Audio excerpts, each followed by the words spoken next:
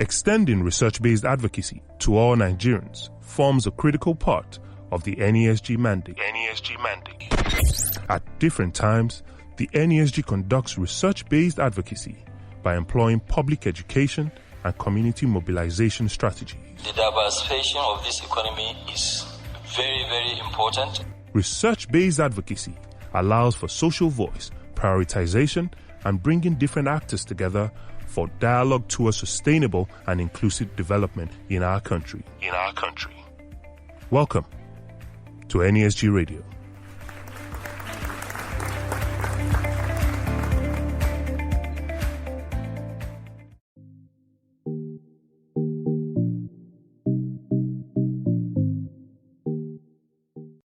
Fellow panelists, let me stand on the established protocols and thank the NESG for this invitation to the Nigerian Governors Forum.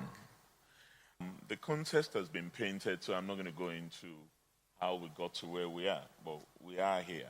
We've heard from the Honourable Minister of Finance, we've heard from the chair of the National Economic Summit Group, but there's no way we can deal with this problem without locating it within the context of federating units. You can't have a federation without federating units. And the subnationals are very critical to this because that's really where the people are. Those who are at the receiving end of the challenges that we've had to confront over the last 1 year, particularly within the context of COVID-19 pandemic and the resulting impact, including the NSAS youth movement. What we've done in that period, speaking to the theme of this conference, is really work strongly on collaboration within the context of the Governors Forum. The Governors Forum members meet fortnightly since the crisis started.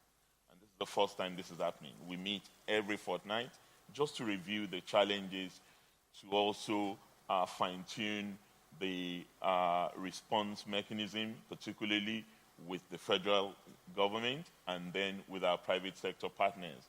And one thing that has come out of this, clearly, is that we really need to do more in working together as stakeholders in the Nigerian project. So you've heard of CACOVID, you've heard of the Governors Forum, you've heard of the Presidential Task Force on COVID-19.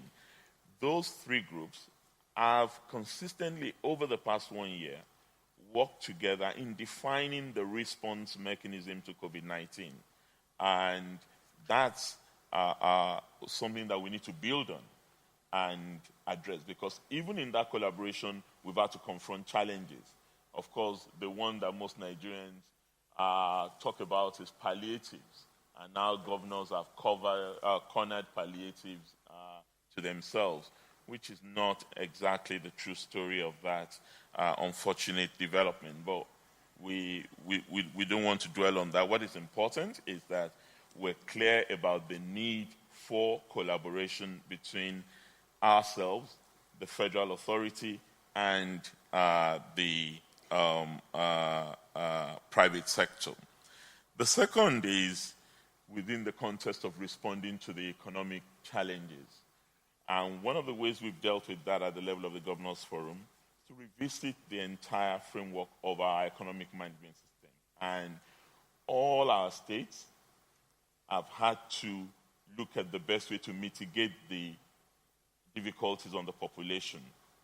And the way we've gone about that is to cut off unnecessary expenditure in the states, reduced the overall budgets of the state was reduced from about 9 trillion to 6.1 trillion in the last year. We all had to revise our budget by the second quarter of 2020 in light of the decline in oil prices and, of course, in the local economy, and then look at ways to really protect livelihoods.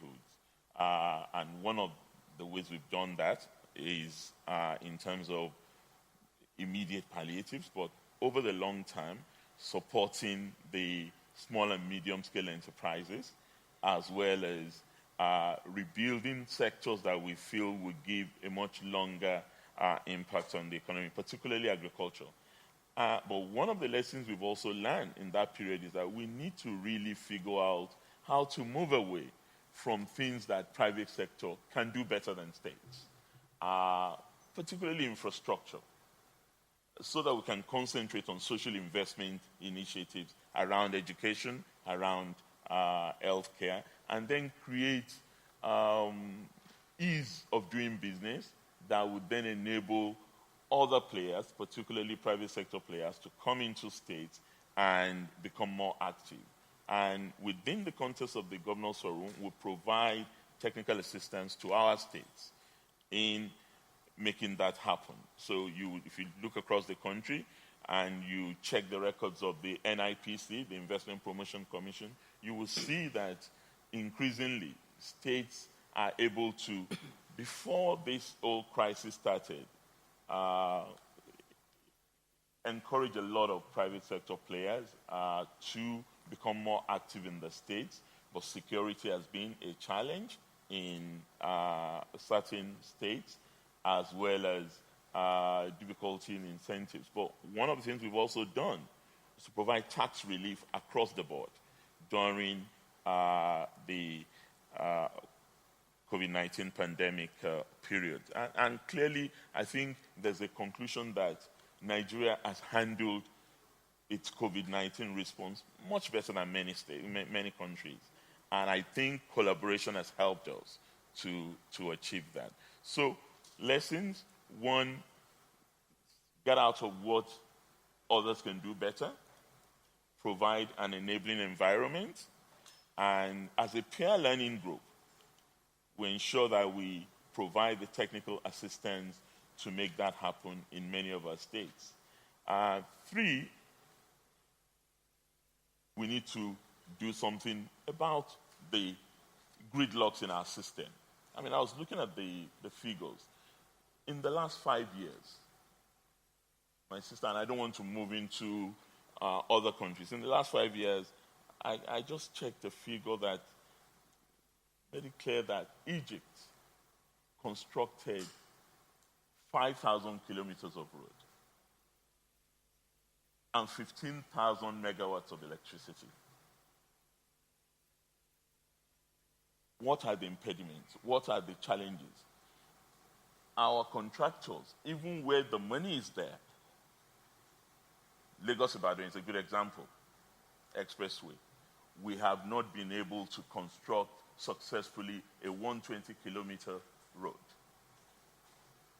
So what are the things that we need to do to ensure that we don't continue in this cycle of non-performance in government? So, but in addition to all this, many states are also focusing on what is usually the response everybody gives: reduce cost of governance.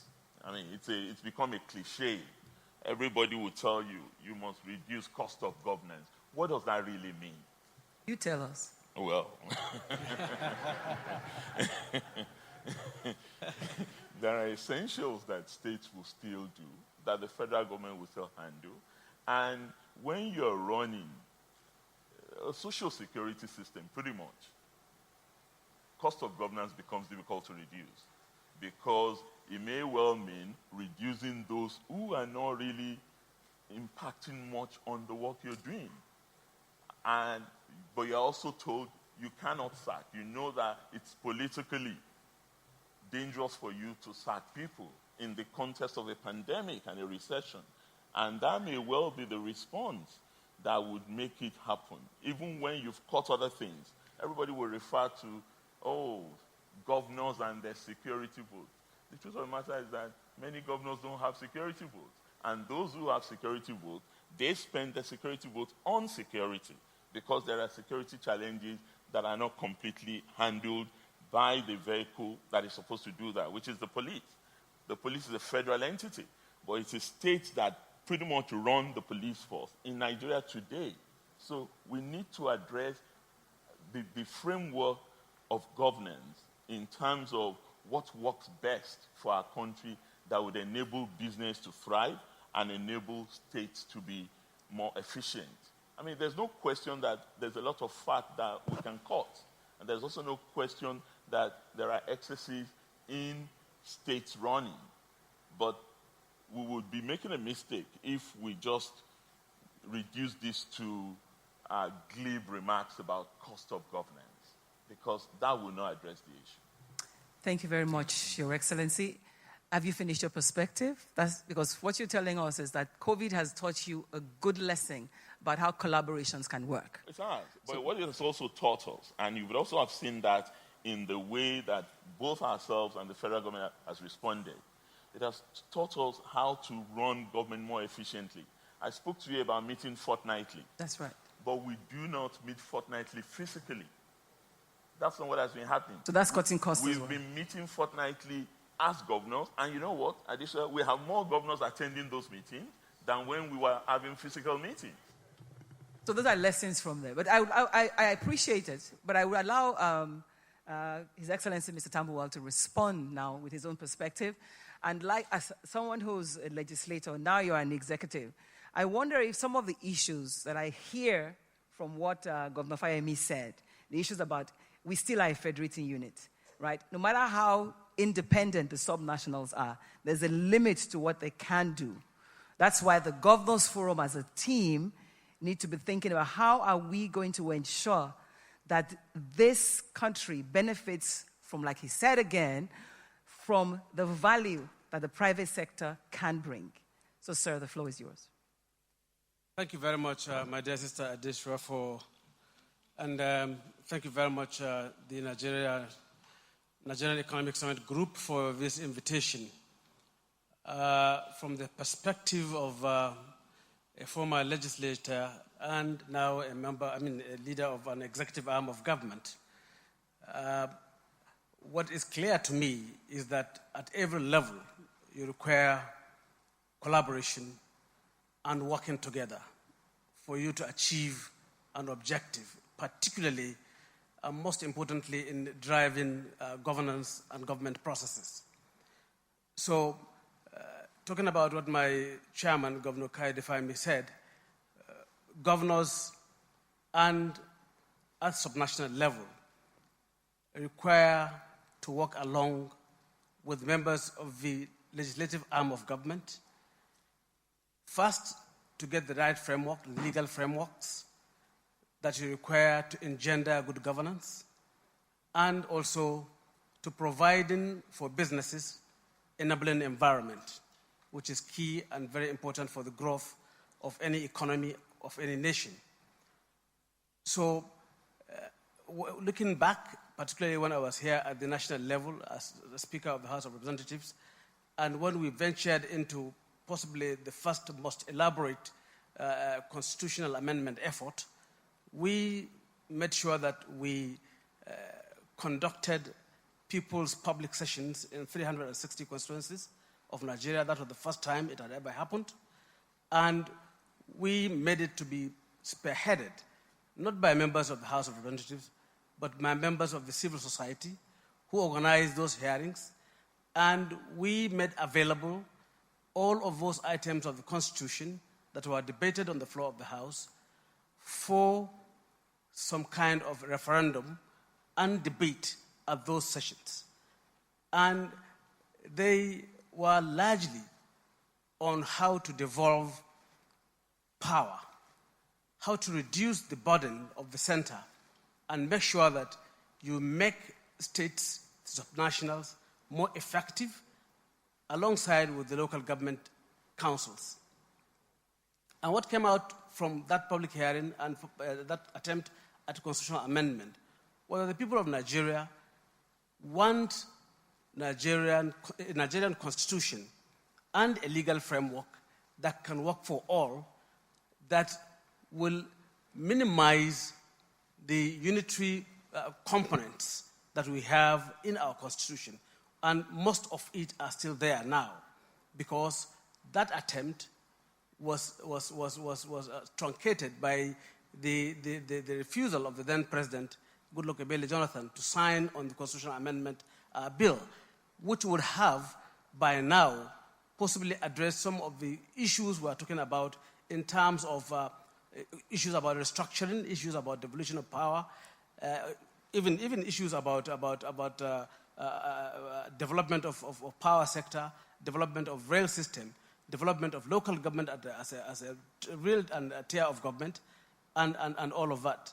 So what we require at all levels is collaboration, understanding, and I believe that as we progress as a country, we must listen to the people. And the only way we can address all of these challenges now is to take advantage of the constitutional amendment that is ongoing, the process in the National Assembly, some of this. And because we cannot, we have seen the results of virtually all of the attempts we have made to convene constitutional conferences in a democracy. Most of those conferences, be them the ones convened by President Ebele Jonathan, the one convened by President Obasanjo, could not be translated into legislation because the legislature was not carried along. So since we have accepted to have a constitutional democracy in Nigeria, all of this calls for restructuring, all of this talks about how to kind of address some of these challenges that require legislation should be properly channeled through the constitutional amendment process of the National Assembly, except, of course, if we are saying that we are going to jettison the National Assembly and of course, the state legislature to begin a fresh process aimed at bringing another constitution for Nigeria. Is that possible? It's not possible as it is now, because whatever you are going to do about the Constitution, it has prescribed how it is going to be amended. The grand norm, the Constitution has prescribed how a word, a letter, a provision of that Constitution can be amended. And you can only do that and achieve that through debate or introduction of bills in National Assembly, debates in National Assembly, public hearings, and then, of course, getting the concurrence of 2/3 of the 36 states House of Assembly. So you cannot go out of the Constitution to amend the Constitution. We better come to that realization and agree to come together and work out how best we can actually achieve what we want to achieve. In that effort that we've made, we attempted to kind of reduce the number of items that were under the exclusive legislative list of the federal government by transferring them to concurrent legislative list. Issues about power, generation, transmission, and distribution, issues about railways, and a host of others. We attempted to actually, because we know that they are very, very important to subnational development. You cannot develop without power. And as it is in the legal, in our legal framework now, it is only when you probably get the clearance from the federal government that you can actually begin, generate, transmit, and distribute power. But if you amend the Constitution and take out that item of the exclusive, from the exclusive legislative list to concurrent legislative list, a state, for example, like Sokoto, may begin the process of establishing a power plant, solar power plant, that may generate 20, 30 megawatts, and possibly a hydro plant, and you end up having a mix of energy mix that can power the entire state and possibly even beyond. And same thing with railways. If you remove it from the exclusive legislative list and make it under the concurrent legislative list, states or zones, I mean, in terms of the 6 political zones that we have in the country, may come together to now establish a rail system. Would that be said also for security, maybe? We also removed the policing from the exclusive legislative list to concurrent legislative list, which would have allowed states by now to have state police. But as it is now, you cannot have a state police without the constitutional amendment. So it's a multifaceted approach aimed at kind of addressing all of those challenges that Nigeria was facing as at that time in terms of security, in terms of power, in terms of general development, infrastructural development, even by removing the items that had to do with basic education and primary health care from Chapter 2, that is non-justiciable, to Chapter 4. All of those efforts were made by the 7th House of Representatives to ensure that we make things happen, we make things possible and easy for implementation by both subnational government and the federal government. It's still on paper, though. It's not been signed. Absolutely. It's still on paper. And what's the chances of it being signed? It wasn't signed by President Goodluck Jonathan, you said. It has to be represented to the current 9th Assembly and then possibly get passed by the two-thirds of the 36 states of the Federation. It has started de novo all over again. And I believe that we lost a chance at that moment. We even actually attempted to unbundle the office of the Accountant General of the Federation to give effect to the issues of true federalism in terms of fiscal federalism of the country by providing for an office of the Accountant General of the Federation and Accountant General of the federal government. We also attempted to split the office of the Attorney General of the Federation and Minister of Justice by making sure that the Attorney General of the Federation is made non-partisan, and his appointment is recommended for confirmation by the Senate by the National Judicial Council, not the President. But the President is allowed under that amendment to appoint his Minister of Justice, because we must build institutions.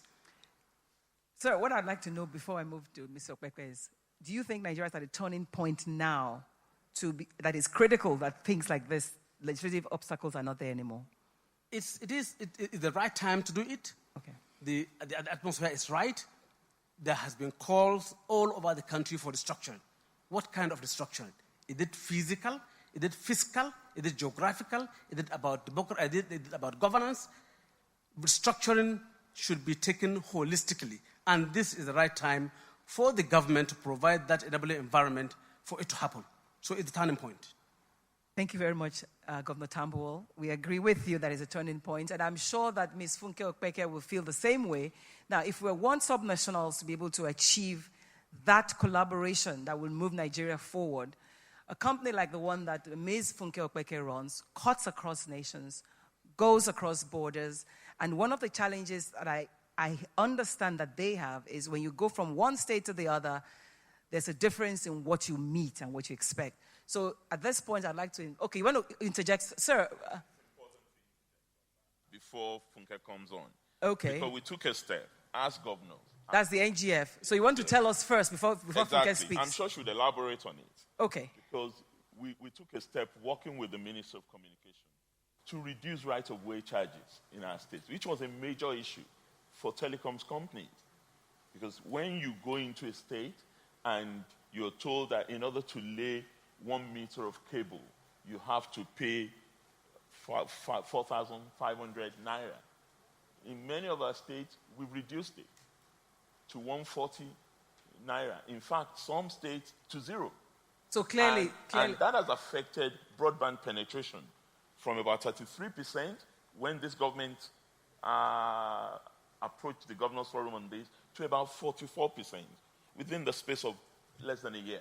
So that's a significant move that I believe can only come about because subnationals are collaborating. Okay, good to hear. So, Ms. Funke, are you ready? But that's just one case of crossing borders. This young man also has stories about crossing borders. And crossing borders is all a function of who is in charge of what in Nigeria, and it goes down to what the Constitution says, and it goes down to devolution of power. However, let's hear from Ms. Opeke the perspectives for the development sector, the business sector, in changing the narrative, in doing business in Nigeria, collaborating with subnationals. Ma'am? Okay, is it frozen, or do we have her in view? Okay, these certainly are not normal circumstances, but this is part of what was. But maybe at this point in time, let's hear the young man, and I said the young man is not.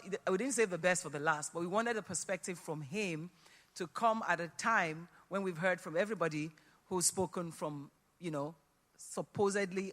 Although these days the World Health Organization says youth ends at 65, so literally all of us here are.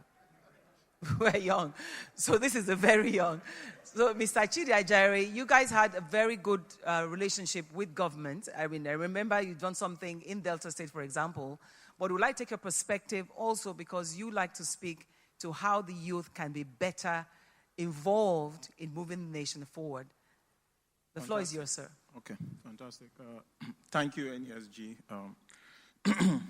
for giving us the opportunity to have this conversation. I was here the last time, and I think it will be a disservice that we'll finish this conversation and not have some resolutions that we'll all agree on.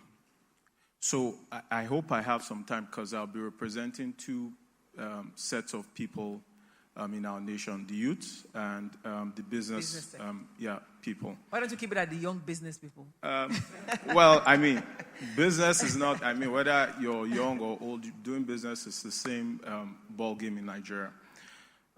So I think that we all understand that no nation can thrive without a serious economic plan, right?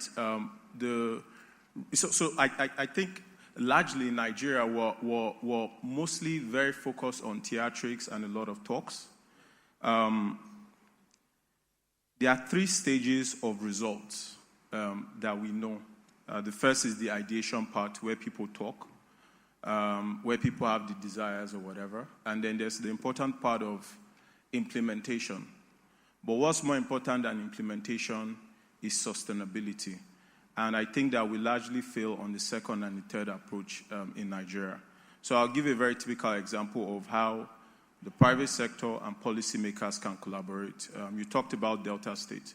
About 2 years ago or thereabout, first off, the Delta Line conversation took such a long time to even actualize. So the government saw that there were potentials to revamp the ailing state transport company. And it took us maybe over a year. At some point, I was getting frustrated, that we weren't going to even do that transaction. I knew we could turn around that company. Before we came in, the state government was basically subsidizing, spending money, paying salaries to the staff. They were doing less than 13 buses on the Nigerian road every day. From the first day we took over managing that business, first off, Ernst & Young came, did all their valuation. We paid a premium on the company because we just wanted to prove a point that it was possible. And from where the government was spending money, paying salaries, buying vehicles, people were just getting kickbacks and all of that. We took over that business from the first day and the first month. The government till today has never spent a dime paying salaries. We've moved that business from less than 13 buses on the Nigerian road to over 200 buses active on the Nigerian road. Yeah. Okay. So these are just like numerous examples, and we can keep talking, having NESG. If all the governors seated down here today, both on this forum and out there, can just basically have that mindset of number 2 and number 3, the implementation and the commitment to sustain it, I think that we can begin to make a lot of difference. So let's look at China, for example. We talk about the youth and technology. During the COVID crisis, we heard a company in Nigeria run by youth, Paystack, less than 5-year-old company. I know those guys. First met them while I was doing my program at Stanford. And they sold for over $200 million. This company was built here in Nigeria. When I first met Ezra, for example, who was building, the two guys, Ezra and Shola, Ezra first met me wearing like braids in his head, right, on his head. And this is what our Nigerian security forces would basically tag as guys who are arrogant or who are wayward and want to check their phones or yahoo, right? But they were able to build like very solid businesses. Now let's bring it home to Nigeria and the examples of China and these other countries that we're talking about. And again, this is the reason why I was interested in doing this, because usually, and I said this the last time, like coming to public forum is just like talk and nothing really happens, right? And, you look at the tribal system in South Korea, the Kairetsu and the Zaibetsu systems. So basically, it's a fusion of government and private sector.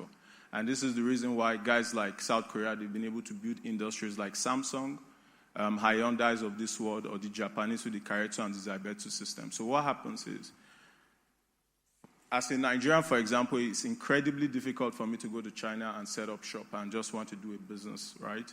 But here in Nigeria, it's almost free for all.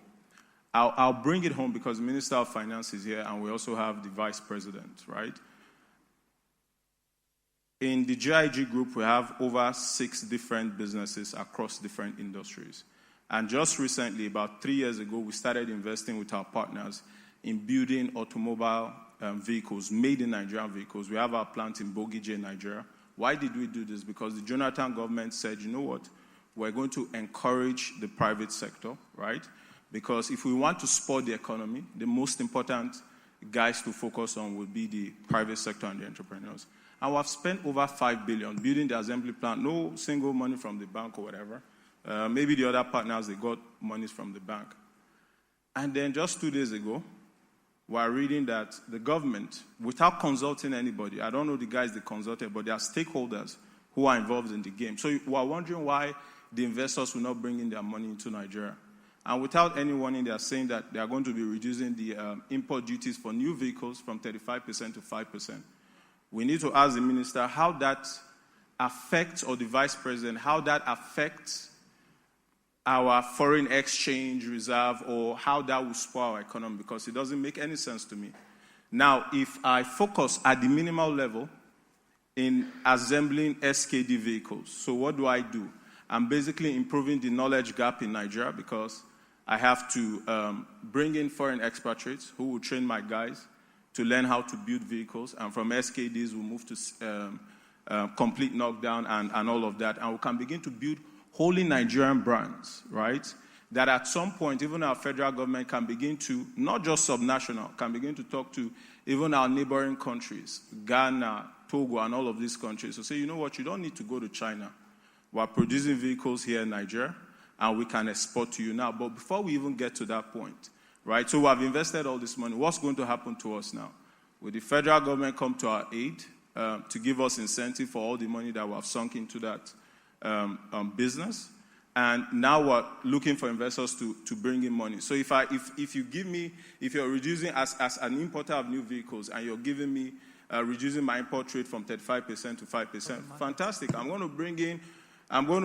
to raise from M or whatever, get foreign exchange from the CBN, pay the Japanese, pay the Chinese, pay the Americans, bring in new vehicles into Nigeria. My foreign exchange is going out, right? But what do I need? I just need a space to park my vehicles, all right, and maybe a showroom. There's really no, improvement of anybody's intellectual capacity, right? So we begin to wonder, why is it that our government cannot sit down? We said the last time in the last NESG, we talked about his PDP's APC. He's the head of the Nigerian Governors Forum. What will stop? Forget about the federal government for now. First off, if all the 36 state governors go and sit down with the president of the federal government and continue to lobby and put pressure, I'm sure we can get more results. But I guess we just talk, and our ideas are usually very short term.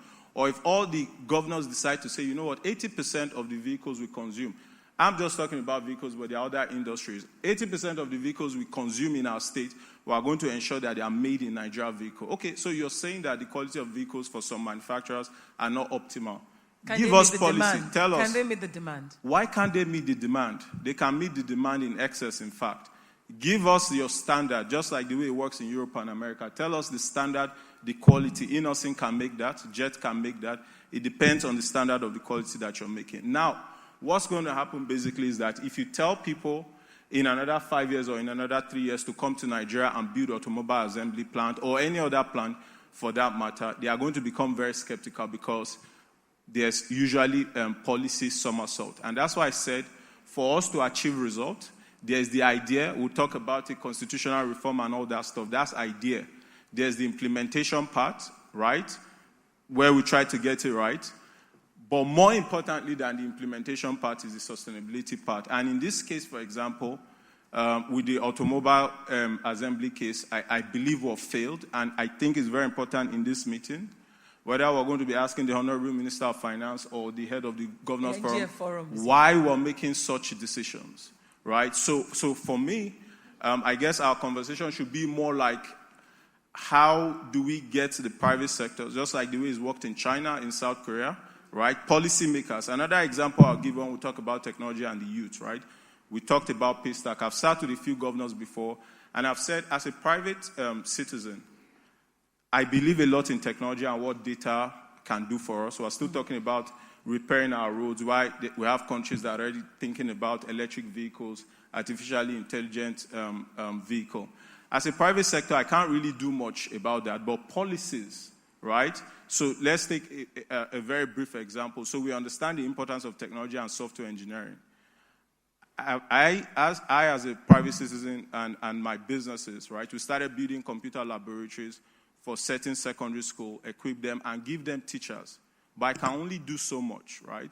But as a governor of my state, I could, for example, with a single stroke of the pen, sign an executive order or whatever it is to say every private school and public school from GSS 2 or GSS 3 or GSS 1, you must give 1 hour of your time to secondary school students to learn how to do computer programming.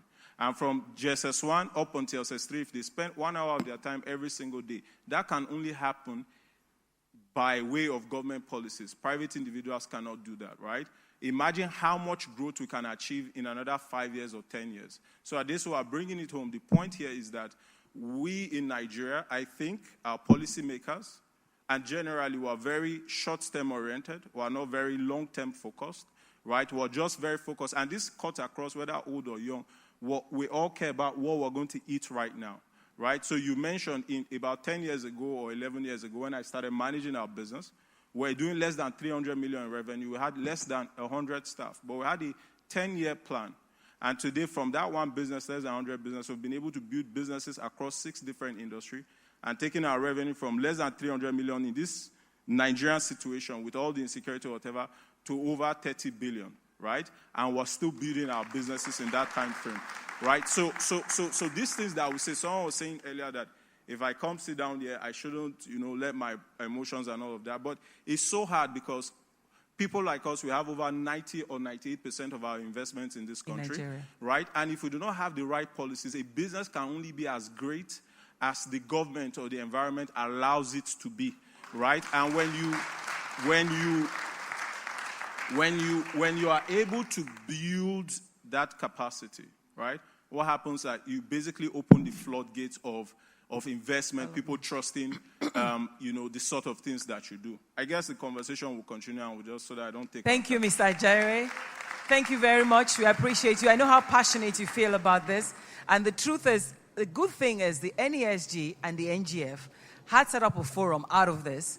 And it was only when Dr. Kayode Fayemi became the chair that at least we know that they're going to start working very soon. The collaboration between the NESG and the NGF to ensure that what we're doing or what we're saying doesn't become a talk, and there will be continued conversations. I think I have Ms. Opeke online. Doctor, I have, because it's internet, we have to be sure we don't lose her. Funke, no, but just write it down. You would do it because you're coming next. But Funke is there, so we have you on now. So Funke, please go ahead. Good morning once again, and I hope I am coming through this time. You are, MainOne. Yes, good morning, Your Excellencies. Indeed, the technology is almost failing us, but I'm glad that I am able to get through. And as just building on what has been said during the session this morning, as the Honorable Minister said, I think a footnote for me is that we are entering a recession for the second time in 5 years. Now, when we look at the situation we have on hand, we have had an intention of years of diversifying our economy from oil. We've had the objective of agricultural self-sufficiency, yet we are facing new highs in terms of food inflation. Yes, indeed, the pandemic has had an impact, but I think as the chairman mentioned, in other parts of the world, certainly in China, where the pandemic started, they are starting to drive growth. So if we had been focused on these items, it calls into question, why do we have the challenges we have today? And when we look at digital, and clearly in the world we are today, we recognize it is a digital world. If we did not know that, the pandemic helps us realize that. We look at the companies and the economic structures that have benefited from the pandemic. And you look at companies like Apple, whose quarterly revenues are double our revenue as a country, Nigeria. So clearly, there's a lot of value being created even in the midst of this pandemic. How come we have not been able to take advantage of that? And I'll just highlight, as it affects our sector and business, some of the challenges we face. One is infrastructure. Infrastructure, we've been slow to deploy and slow to get results. And I hear His Excellency, the Chairman of the National Governors Forum, on the moves being made by various states to reduce input taxes or right-of-way to enable infrastructure to be laid. While that is appreciated and it has gone a long way in removing one of the major obstacles, it simply is not sufficient. And as we find, even with government initiatives that have been highlighted here, like the Lagos-Ibadan Expressway, for so many years, those projects have not been completed. So we need to go beyond starting the initiatives to focusing on how are we actually, what does it really take to achieve the results? And there's quite considerable gap between activities in the private sector, the subnational level, which is the state governments, and the national level. And the reality is, when it comes to infrastructure, we're simply not wealthy enough as a nation to fragment our efforts and think we're going to achieve world-class results. So better alignment, better collaboration for impact, for measuring specific initiatives, I think that's where we can start to expect to have impact. What are the other challenges that we face in the private sector? Soft skills, and also the retention of our skills. So the development of soft skills, the development of digital literacy. The example was given as Paystack. We have flashes of brilliance and excellence and really good work with what the few in the startup community are doing. To have broad economic impact, we need to scale that up.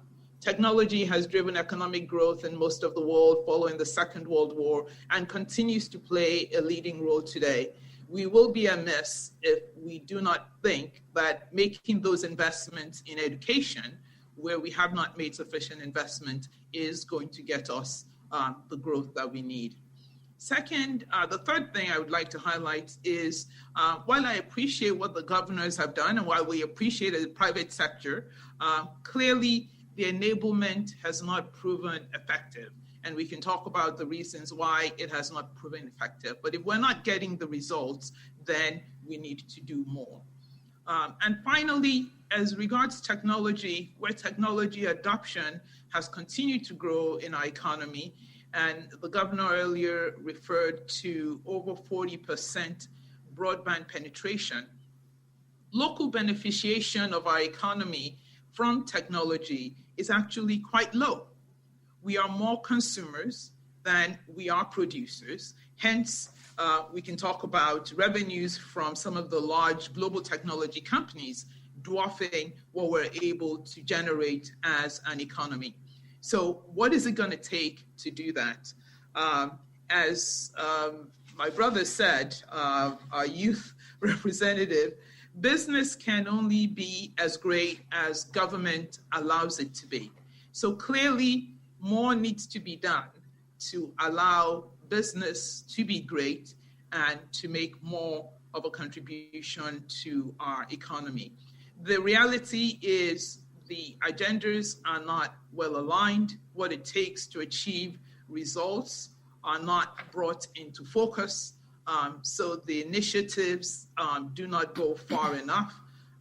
There's really divides between national and subnational agendas. While it would be great to build infrastructure in Ekiti because the right-of-way is low, building in Ekiti alone does not give any private sector company the kind of national base and infrastructure that they require to generate a return on investment. And so you need a broader approach, a more strategic approach to drive that growth. Too many of our people, too many of our cities are left behind as a result of this. And if we're going to have broad economic impact from technology, we need to go a lot further than we are today. We really have no choice with the population we have. The chairman said we shouldn't copy China. What is wrong with copying China if we're able to lift a lot of our citizens out of poverty and give them the tools that they require to be competitive in the 21st century? Thank you, Mr. Opeke. Thank you very much. While you're still there, though, I would like you to quickly tell us the one thing that you think must be done. We must take something out of this today. What's the one thing? Because I hear you talk about the differentiation between subnational and national agenda. So what is it that this group must continue talking about going forward? One thing, very quickly, ma'am. Digital infrastructure, a national agenda for the deployment of digital infrastructure. It's not just the right of way, it's getting broadband access to all of our schools, to all of our local governments, to all of our government offices, to all of our hospitals, to give our citizens the tools to empower themselves. Thank you very much, ma'am. Thank you very much. I appreciate that. And at this point, I'd like, because I must take questions from the audience, but I just want the chairman of the Nigerian Governors Forum to respond to that, because one of the key takeaways from the two businessmen that are here, they need more collaboration between the subnational and the national. We can't ignore the national at this, right? So, sir, just quickly. Thank you very much, Adesuwa, and let me thank Chidi and Funke for their interventions as well. Policy consistency is important. There's no question. Are we going to get that? How do we get that? Well, we are not the federal government. Are you saying talking to you is unnecessary? No, hang on a minute. I'm not throwing the federal government under the bus, but we also have challenges in trying to get the federal government to see things from our perspective. There's a sense in which a system, it is federal, but it is unitary in orientation. And that's the challenge we're dealing with. So we need to go back to brass tacks, the point that Governor Tambuwal made. Governor Tambuwal is taking notes. About reordering. He's ready to respond to that. About reordering priorities and what goes where. That's first level. But given where we're at now, I think we've all agreed there should be greater collaboration, and that collaboration should be driven by one primary issue, which is getting more of our people out of poverty. Everything that we can do to direct our resources into reducing poverty and creating jobs should be the priority. And just as an aside, responding to Chidi, it's not exactly true that what Chidi proposes is not happening.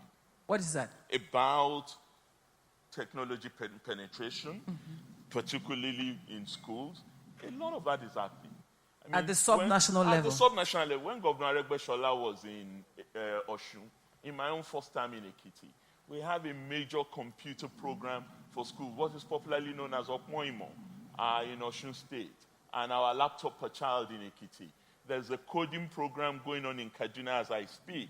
Governor Obaseki of Edo has been doing fantastic work in Bethesda, that's his education program, using tablets in primary schools.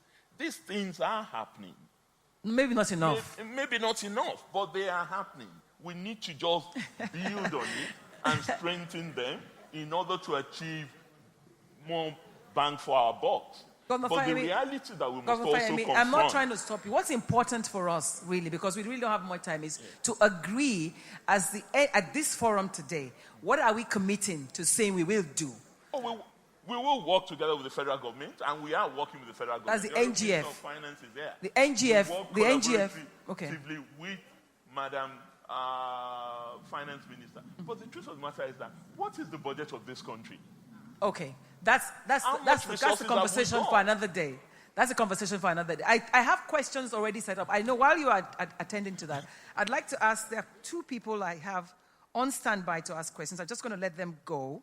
But Mr. Ajaere, you can quickly respond very quickly. And I also want Governor Tambuwal to respond very quickly. So just 1 minute, kindly. Right, cool. Kindly. Very quickly. Again, remember I'm representing two people. Thank you. Okay, one. That's 2 minutes. Thank you, Governor. With all due respect to both governors, Edo State Governor, I grew up there. Buying laptops or tablets is completely different from training our students to actually learn how to program computers. I'll give another example because we keep talking about subnational and all of that. So please, it's very important. Just 1 minute, right? So another of our business, transport and logistics, right? And we keep talking about the things that affect businesses and want to take our people out of poverty.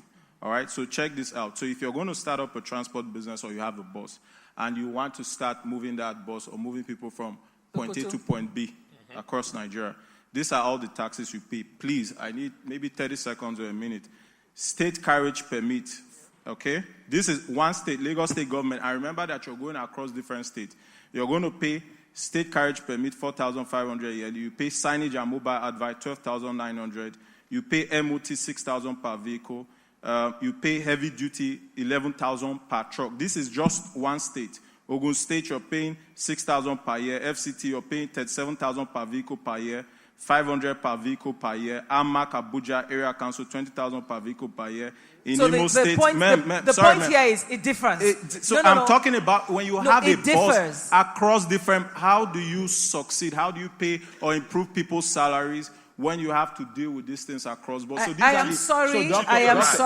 Chidi, you're right. So these are the commitments. But we experimented with something which I'm sure your company must have benefited from. Excuse me. Sorry, please. No, I'm representing two people. I know. We have to give solutions. Just a minute, I do beg your pardon. The reason we are here, yes, ma'am, because there is an NGF and an NESG. This is why I'm not in the NGF, but I can recommend. No, but you are an NESG. What we know that's going to happen at the end of today is that you're going to work closely together and this will be ironed out.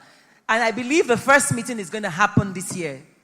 Is that correct? Correct. Are you committing to the first meeting of this forum? We've already set the date with NESG. So what is that date? Can we set the date now? So everybody Absolutely. Can we agree on the date here? What's the date? When is this going to happen? Is it in December? When is it happening? It's not is it in the when is it? No, when in 2021, sir? Okay, but why do you have to wait till 2021? No, do you know why it's important? Because we say it's a turning point. Nigeria needs to move forward. So it would be nice. I can confirm to you it's a turning point, and it will happen in February 2021. Thank you. That gives me joy. Thank you very much, Governor. And thank you very much. Because you know that all this can be ironed out at that level. But what I hear everybody saying, it still boils down to the fact that there's subnational and there's national. So the legislature is very key. So what do you think is a commitment that we should be getting to ensure that all that we're doing here is not a talk and a jojo? How do we get that amendment bill signed? Well, it's not just getting the amendment bill signed. I, for one, have left the legislature for the last 5 years, so I cannot commit. No, but you understand what happens. What happened is that, as said by the NGF chairman, there should be greater collaboration. Those barriers, be they constitutional or legal in terms of non-constitutional legal provisions, should be identified via this collaboration between the NGF and the NESG. Then we push them forward. Those that are for subnationals, for example, what he has raised about Taxes. almost double taxation. We look at them and see how best we can harmonize and agree on what to be done to make things easy for them. So and then those that are for national, we can now use our respective offices to now influence and lobby for them to be passed by the National Assembly. I was just going to ask what you think the is the best strategy to get that collaboration from the legislative as well as, what's the best strategy? This is part of it. The NGF-NESG collaboration is one of the best strategies we can So we get. must be praying for the And success my chairman, of that. if we can get that meeting before February, the better, please. Yes. Better. So, you're saying February. So by February next year. Before February. Before February. In December. Before February. Before. Deputy chairman of NGF. So Okay, before February. And what do you think? It should be December. I would love for us to have even a preliminary meeting in this year so we can plan for next year. Fantastic. So that can happen. Yes. That can happen. Yes, please. Yeah. So an initial meeting in Absolutely, December. yes. Yeah. An initial meeting in December to discuss this moving forward. Yeah. But let's take a quick question, just so that we don't leave our participants out of this. Mr. Franklin Ungu. Mr. Franklin Ungu had indicated interest in asking a question. I don't know if he's still here. Can you give a microphone to Mr. Franklin Ungu?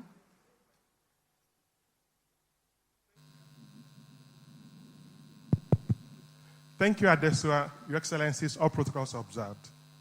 Let me start by saying my question goes to the governors.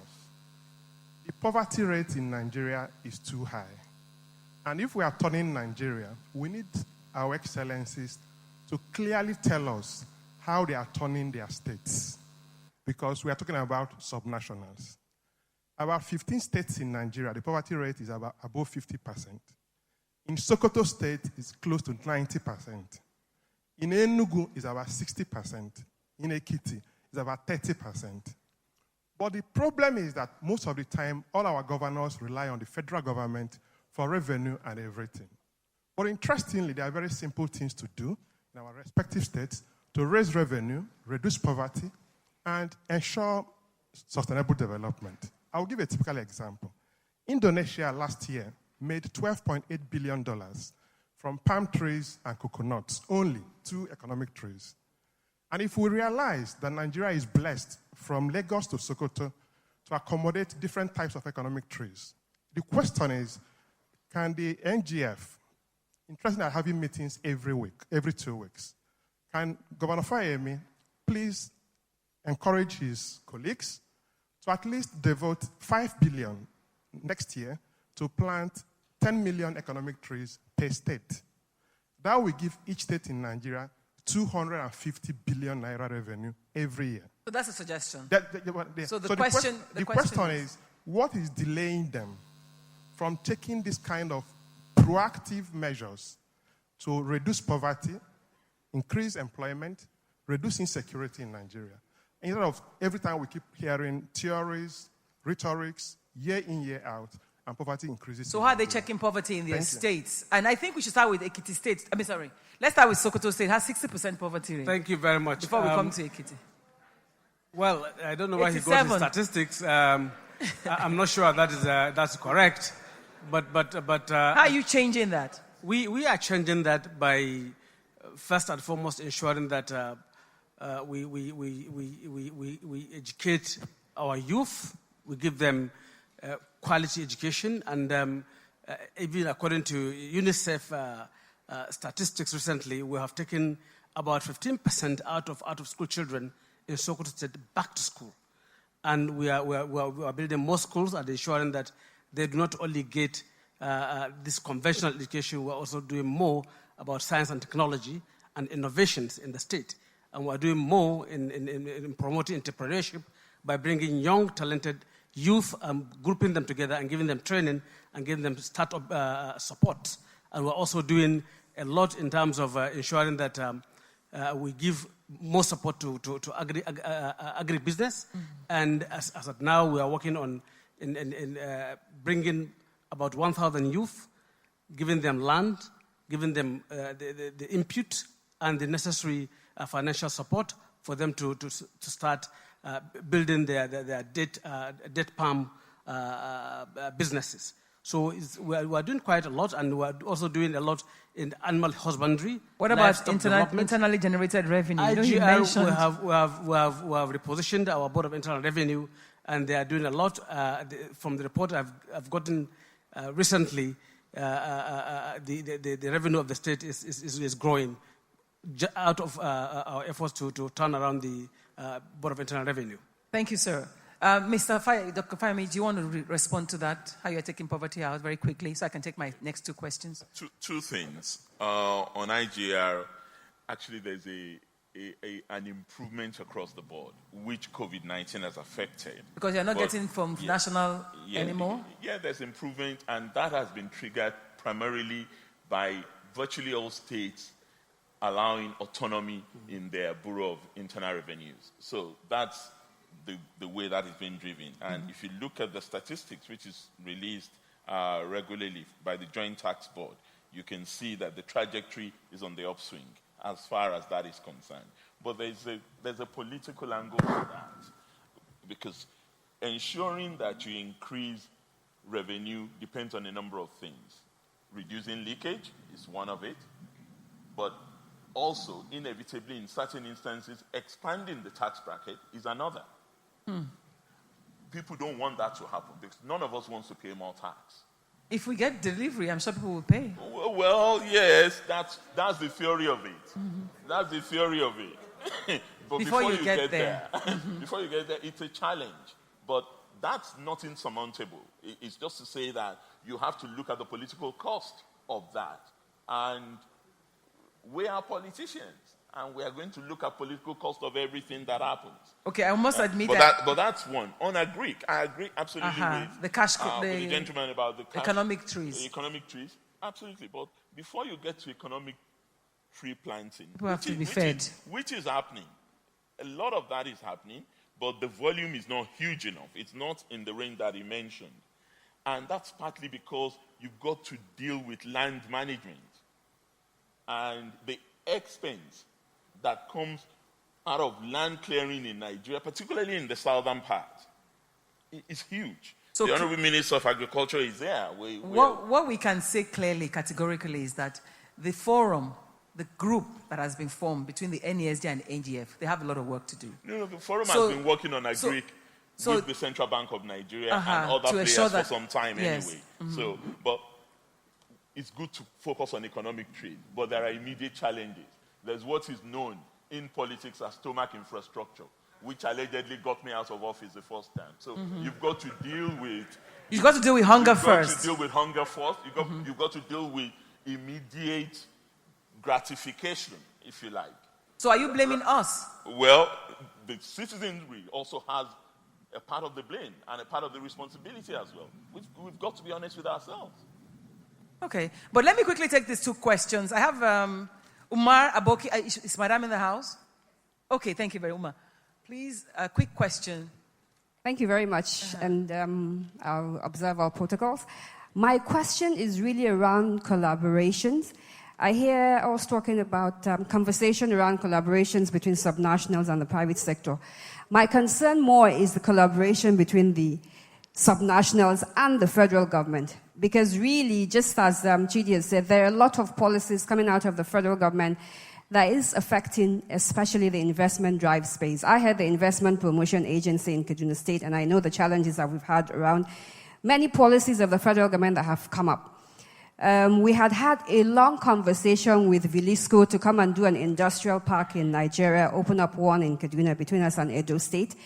We had reached such advanced stages, and then all of a sudden they said they were not coming in again because of a policy of the federal government. That conversation has completely stalled.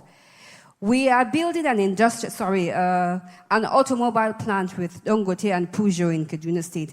The recent policy on the reduction of taxes for importation is going to affect that. So what is the federal government doing with subnational governments to ensure that these policies that they are putting in place really are in sync with the investment drive of Nigeria? Thank you very much. So I don't know who should respond to that. Maybe the two governors. He's already said it's important. So all we're saying here is we come to naught if there is no unity between subnationals and nationals. That's what we're saying. Well, so where does that leave us? Why are we talking? We are talking. We just need to talk more and talk long term. No, but we must say what must be done. Talking is not enough. We did agree. Well, one of the things that we've recommended yes. is that we're members of the National Economic Council. That's the national government, the governors, the subnationals. That is the statutory body that is supposed to define economic agenda and economic policies. But more often than not, ministries also go off their own tangent and do their things. And I'm not blaming ministers. I was once in the federal cabinet, so I know that some of these things happen. But you need to make an extra effort as a minister to engage states. So this call is for all the ministers. I would encourage ministers to pay particular attention to working with states. Okay. When I was minister in mind, I set up the National Council for resource management. How will this help with policy somersaults? In the National Council, that's right. All states are involved, and you discuss all the issues that you want to bring to the table with the states, and they will respond to it. And that's how we came about states forming their own SPVs in order to become involved in mining. Okay, that was the example of the minister of, when you were a minister. So what were you going to say, sir? Well, I think since Mr. Vice President is with us on this conversation, there is a need. He's waiting to address us right now, actually. There is the need for such policies to be presented to Economic Council, so that states can have input. If assuming this new policy on automobile is presented or was presented to the National Economic Council, possibly some of the members of the council would have advised the federal government against it and give reasons why it should not happen. Are you telling us that currently the National Executive Council is not Economic Council is not in tune when policies are being made, economic policies are made? This case in point was never presented to the National Economic Committee. Or a lot of policies come to council yeah, in yeah. to the federal government. Yeah, very well. Okay, the Vice President is waiting, but we must take one last question before we go. But I mean, this is disheartening to me personally. If we are having, I have Mr. Femi Awuyemi. Okay. Mr. Femi Awuyemi, please. Yeah, I'm here. Sir. Very quickly. The conversations that have occurred here ably describes the dissonance between the private sector on the one hand, the subnationals and the federal government. In the last 20 years, I must have listened to the honorable ministers and His Excellencies here, especially yourself, Governor Fayemi. And it is strange that your conversations then and your conversations now in office does not also reflect a consistency in the approach to deal with the Nigerian problem. My question is as follows. What is your understanding, and also to Governor Tambuwal as well, what is your understanding of when you say Nigeria's turning point? For me, a Nigerian turning point will be a situation where we do not have to predicate the budget on oil price, production, and so those things that are not necessary. And from the conversations and the issues which Chidi has raised, he's not alone. I'm sure you've known this and you've raised this so many times yourself. Where is really the challenge? Is it an actual case of the fact that we are digging a hole and we're still spending more energy digging the same hole, and we're not stopping to understand that the crisis we face here, irrespective of the optimistic outlook we've put on it, is unlike any other crisis? And then we may stop digging the hole, and there are some consensus between both the PDP and the APC and indeed this government on certain low-hanging fruits. For example, we had agreed a long time ago that we could put the PIB to bed. That would have released over $20 billion for the Nigerian government. That hasn't been done. We agreed on certain issues around trade liberalization. We have some few common understandings. What is the challenge in dealing with that? And may I, without sounding like repeating myself, what is your understanding of that turning point, really? Thank you. So I think that would be a good place to give all of us to give three participants to give their rounding comments, right? So I'll start with you, sir. Well, thank you very much. My understanding is that we are at a position as a country where we can make Nigeria work for all. And that is achievable if we have a leadership that is hands-on, that can continue to midwife a process of bringing together the private sector and government to work for the benefit of all. And that's possible. It's not rocket science. Thank you very much. Thank you, sir. But how are we going to make that happen? What are you committing to? What are you personally committing to? I am committing to what we've agreed to work with the NGF and the Economic Summit Group to come up with a process of eliminating whatever impediments are there for the development of businesses in Nigeria. Thank you very much. And creating jobs for our youth. Eliminating poverty, working with the NGF, and making the right moves to get that done. So I would like Mr. Chidi give us his rounding comments. Thank you, Adesuwa. So the people I believe I represent, especially the youth, in all honesty, are literally tired. They are fed up of the system. We keep repeating the same thing over and over again, just like the two governors have mentioned and everyone here has mentioned. What I think needs to happen is we need to begin to support and propel capacity, right? People who lead us. I believe very strongly that there are 6 things that will be our salvation here in Nigeria and in Africa, and that will be leadership. Everything rises and falls with leadership, right? If my business fails, the first person to hold responsible should be me, all right? The second would be education, for my people perish for the lack of knowledge. Our people don't know enough. The third would be technology, because technology is the singular tool that can help us scale as a country, right? And all the butterfly effect that comes with technology. And then there's infrastructure, obviously, right? So our vehicles, for example, cost of operation can drastically reduce, again, to the Honorable Minister of Finance and the guys who've set up the new auto policy. They say one of the reasons is to reduce the cost of transportation. No. What's increasing the cost of transportation is the high cost of petroleum product and the very bad road. Every single time my vehicle goes from Lagos to Abuja and back, we have to spend sometimes more than that vehicle made, okay? So infrastructure, electricity, like he's mentioned. And then the last and very important will be security, right? So in this same country, the reason I took over managing the God is Good motors was because my father was kidnapped and killed, right? Paid ransom and all of that stuff. And this is happening to many people around this country every single day. And you guys, the governors and the presidency, the sole responsibility, the number one responsibility of leadership is to ensure the protection of life and citizens. And these are the reasons why people like myself are very passionate about what we do in this country. And then finally, to also talk about the guys who represent, right? Because of this crisis and the fact that we're not taking action, which is number 2, to get result, and the third, which will be commitment, being consistent to our policy. So what are we finding, especially with the youth?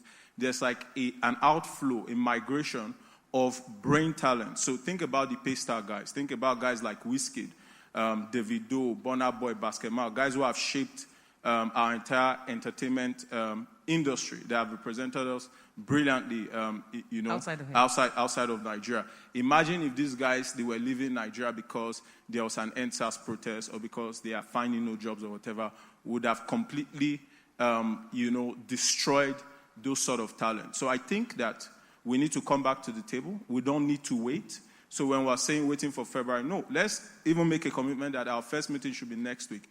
Let's get guys. When the ministers are going to be making decisions that affect us, get people of capacity. Don't bring portfolio business holders. Figure out the guy who's doing transportation, who are the top 5, top 4. Let's get them on the table. Who's doing logistics? Let's get them on the table. Oil and gas, automobile. Get them on the table and figure out what's happening. Because at the end of the day, like we've mentioned, right, it has to be a fusion of policy making, which will be the government, and the private sector coming together to actually find our solution. We talk about it idea, again, because these things are very important. We'll talk about it. The next is we have to implement. We have no time. And I'll round it up like this. For those of us who are still youths, by the way, even though I don't like to be addressed like that, I'm just a person, right? A person who's under 35. Well, who's under 35. But the way we look at it like this, Adesuwa, is, okay, I'm under 35, I'm 33 now, right?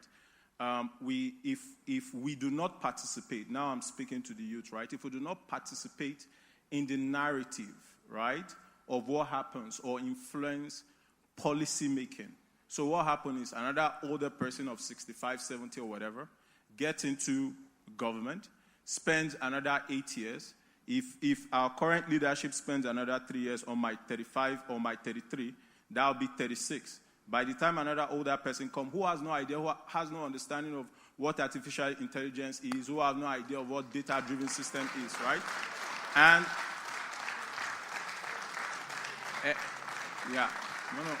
no, guys, these things are important. It's really not just about clapping. I'm just very passionate about it because I believe so much in Nigeria, and these are all the places we have all of our investment, right? And we allow another older person comes in and does another 8 years. What happens is that for people like us who are like 40-something, our generation is done. So I think what needs to happen is that this conversation that's happening, we need to get people like myself, and there are too many of us out there, right, whether in entertainment or in business, to sit down in that conversation and not just rely on people who have no capacity or are portfolio business holders because we're interested in getting kicked out. Asiko youth, like Shino Peters will say. Clearly, your commitment is that the young should stand up and be ready to be counted, working with the old. That's what you're saying. Yes. And you're willing to meet in the next 1 week. Absolutely. Thank you, sir. We're ready to meet. Okay, Governor, go ahead, sir. We're ready to meet Chidi after this meeting. Today. Not next week. No, okay, right now, okay, that's brilliant. That's been futuristic and moving forward. Yeah, but we can understand. I'm sorry, 1 quick second, right? Just because it's mentioned here, I think it's also important that we add that part. I won't take 30 seconds. I think another very important thing, so we talk about, if you remember in the Holy Book, right, the Tower of Babel, right? We talk about unity. If we want to achieve a lot, right, the greatest potential of man was going to be achieved when men decided to build a tower to heaven, right? And that was the first time we ever recorded that God, using this word, was almost afraid of the potentials of man. And what happened? He basically divided us like using language. So we all have to decide whether we are Igbo, Yoruba, Hausa, whatever, and decide that, you know what? Turning point, right? We are humans first. Yes, we are humans first. And it doesn't matter, capacity is what's important. It doesn't matter our languages, right? It doesn't matter how we dress, how we speak. Let's put our country first. What I usually tell my guys at work is this, right? Is when we're going to make decision, when Dr. Kayode or His Excellency in Sokoto is going to make a decision, or the federal government, right? When you make a decision that favors only a group of people, that's a flawed decision. When you make a decision that favors only the leader, that's also a flawed decision. You know you're making a great decision or a good decision when this decision favors the entirety of the population. And this is how we must proceed as a nation. Thank you very much, Chidi. Dr. Kayode, you give me a second. Let me just allow Funke come in 10 seconds, and then you must round up for us at the session. So, Ms. Opeke, are you ready? Go ahead. Yes, I am. Thank you very much. And totally in line with everything that Chidi has said. But I'll go back, because we spent a lot of time talking about collaboration, and he's talked about different spheres in which we want to drive that collaboration. I think we need to go back, and I think the pillars of this conference really give us some indicators to focus on outcomes. Not just collaboration in terms of the ideas, but we need to constantly look at our execution and impact. Because a lot of times we have so many of these initiatives, and it's not for a lack of ideas, but we're not going back to say how well have we executed, and are we having the right impact and generating the right outcomes, be it in electricity, be it in roads, be it in broadband infrastructure, be it in education, be it in creating jobs. And it needs to be focused on specific initiatives. There are lots of initiatives, for example, helping our young people acquire skills. What initiatives are there to have the private sector or incentives hire more people? And actually knowing that the private sector is the greatest employer of labor, what specific initiatives are there to incentivize business to hire our young graduates and give a tax incentive if they pay income taxes for 1 year? Those are the kinds of initiatives that drive the results we need. I think the sooner we start focusing on outcomes, once we're able to line up what our interests and objectives are as a country, yes, we want to either address the issue of transportation short term, or we want to, by lowering import duties on cars, or we want to accelerate local manufacture. We have to decide what our priorities are and then line ourselves up to have the desired impact and measure that across. Thank you, Ms. Opeke. Thank you. We have the Vice President waiting for us, but we must let the chairman of the Nigerian Governors Forum round up this session for us. But I think what Ms. Opeke has said is quite critical. Outcomes. So I want results. What are the results we intend to get from this collaboration? Thank you very much. I also want to associate myself with what Chidi said and Funke and the Deputy Chairman.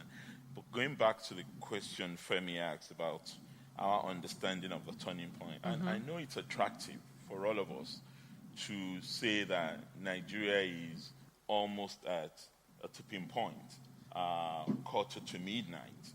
But I refuse as an individual to believe that we cannot reverse the trend. I believe that we have people, we have credible players in the private sector, in government, in civil society that can play the role to respond effectively to all the agitations that our youth have encapsulated over the last month as the problems with Nigeria. But the way that I think we have to respond is to recognize the urgency of now, to deal with our reward system, which is flawed, to address the question of the framework for governance. Some people call that many things: devolution, fiscal federalism, constitutional reform, restructuring. And also, I think it's absolutely important for us to collaborate for results, not just collaborate for its own sake. Two areas that we're looking at strongly in the Governors Forum, and which we'll be discussing with NESG, is what are those things we can do that can generate jobs quickly. And we're looking at housing, construction. I mean, we've talked about infrastructure and the importance of that. And as I said in my introductory remarks, I believe that the bulk of infrastructure development should really move in the direction of the private sector now, so that government can focus on social investments. At the subnational? At the subnational level, even at the national level. If there are things that we can move in the direction of private sector, broadband penetration, road development, even rail development, but some of those things cannot happen unless you achieve the constitutional rejigging that we're talking about, because those are issues that are on the exclusive list right now, and they need to move into the concurrent list. Would that mean that we should be singing a different song then? Well, I don't know about singing a different song. Talking about restructuring of fiscal federalism does not necessarily mean redrawing the map of Nigeria.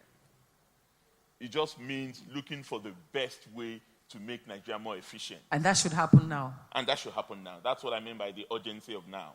Whether you're talking of PIB, or you're talking of agricultural transformation, or you're talking of infrastructure development, we need to get to brass tacks now, because we don't have time. That's a great way to stop. Thank you very much for spending time with us. Thank you for the initiatives. Thank you for the passion with which you spoke. Thank you for the perspective that have been raised. And I must say, at this point in time, I must thank Funke very much. Thank you for listening to our content today. Remember to subscribe to the NESG Radio. Follow us across all social media channels and visit our website www.nesgroup.org/NESG Radio. NESG, in the national interest.